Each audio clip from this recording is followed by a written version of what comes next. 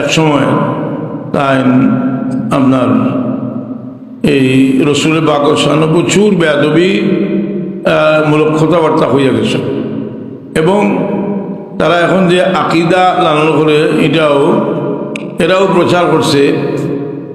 এর লোকে একটা বড় হইল প্রচারণা হইল যে এরা সমস্ত দুনিয়ার মুসলমানদের কাফির মনে করে।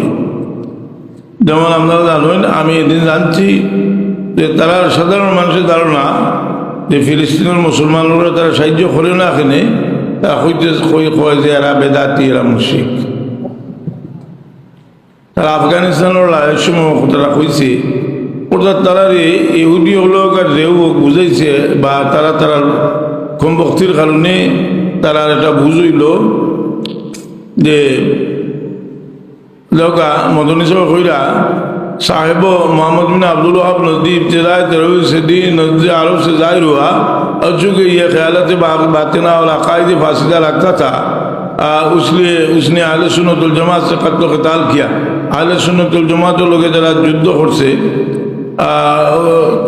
किया और उनको बिलजबर अपने ख्यालात की तकलीफ देता रहा और जोरपूर्वक तरह मुतबाद प्रचार करते सही से उनके अमाल को गनीमत का माल हलाल समझा।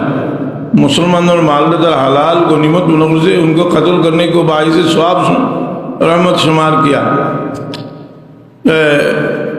এই জঘন্য দল দ্বারা আমি দেখাইলাম যে এরাও সালাফি, এরাও বুখারী সাহেব সম্পর্কে তারা আলবানী সাহেব কইরা যে মুমিন হওয়া যায় না, কিতা লাগি বলে আল্লাহর সিফাতর তাই এরা ব্যাখ্যা দিছে।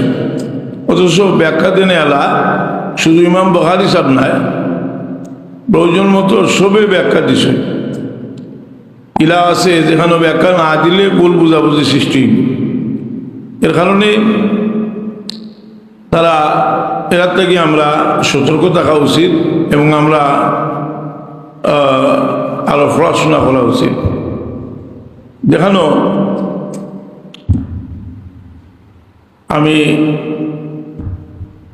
যেখানে তারা লোকে আলাপ করলে দেখবা নাসিরুদ্দিন ইয়েরে ইবনে তাইমিয়ার তারা ইমাম মানে। ইবনে তাইমিয়া যাইন দুনিয়ার সব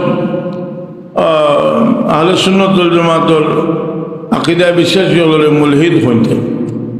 মুলহিদ এখানে কইন যারা আল্লাহর সিফাতর তৌহিদ করেন। তৌহিদ মানা যেগুলা যে